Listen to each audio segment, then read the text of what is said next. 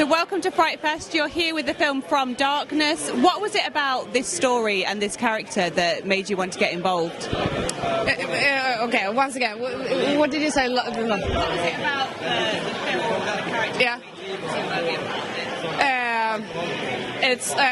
It's for the first, it's like a good manuscript with a whole person. The Angelica that I play, she's a real person. It's not like just being scared or something.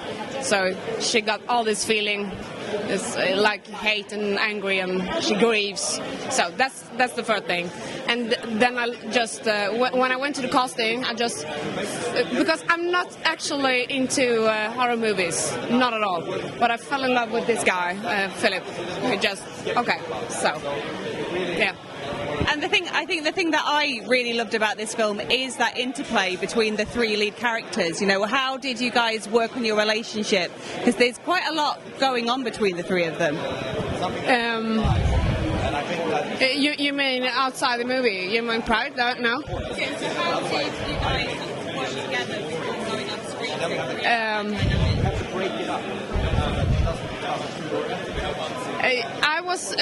I got the role first, and then I had this casting with all these guys, and I just felt, his name is Oscar Skagerberg, and I just felt, okay, it's my partner. It sounds like, I know it's a bad answer, but it was like this. We had the chemie, yeah. And this film is set in the woods, at night, in the snow. What was that like to film in? It was so cold, but we all of us have small children, so it was also, I have to say, it was like, I have 3 children, so it was also like a pause. I had this trailer, and I just lay down. I just enjoyed it.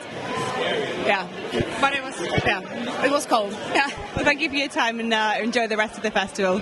So, Phillip, welcome to FrightFest. You're here with From Darkness, a film which you directed. What was it about this idea that made it, one that you wanted to get made?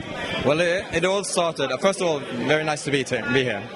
Well, it all started with me reading an article about a dog handler who walks out into the night. And I was so intrigued by a person who really wants to do that, walk out into the night and, expose himself to this kind of darkness. And you're looking for people that are missing. So what are you going to find out there? And I thought that was really heroic. So I wanted to do something about that, but that wasn't enough. And I always also wanted to do something about that taps into the Nordic mythology. So that's the reason why I tried to combine these two things. But of course also build something around a drama. So it's not just about finding somebody, but there's something hurting from before something. So that's basically, but it's the article more or less.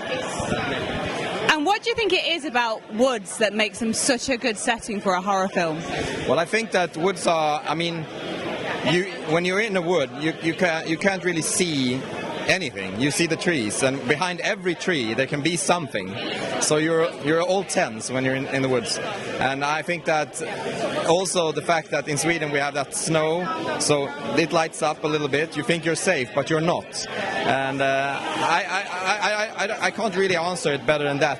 But just the fact that the trees also look like people, maybe, and so on.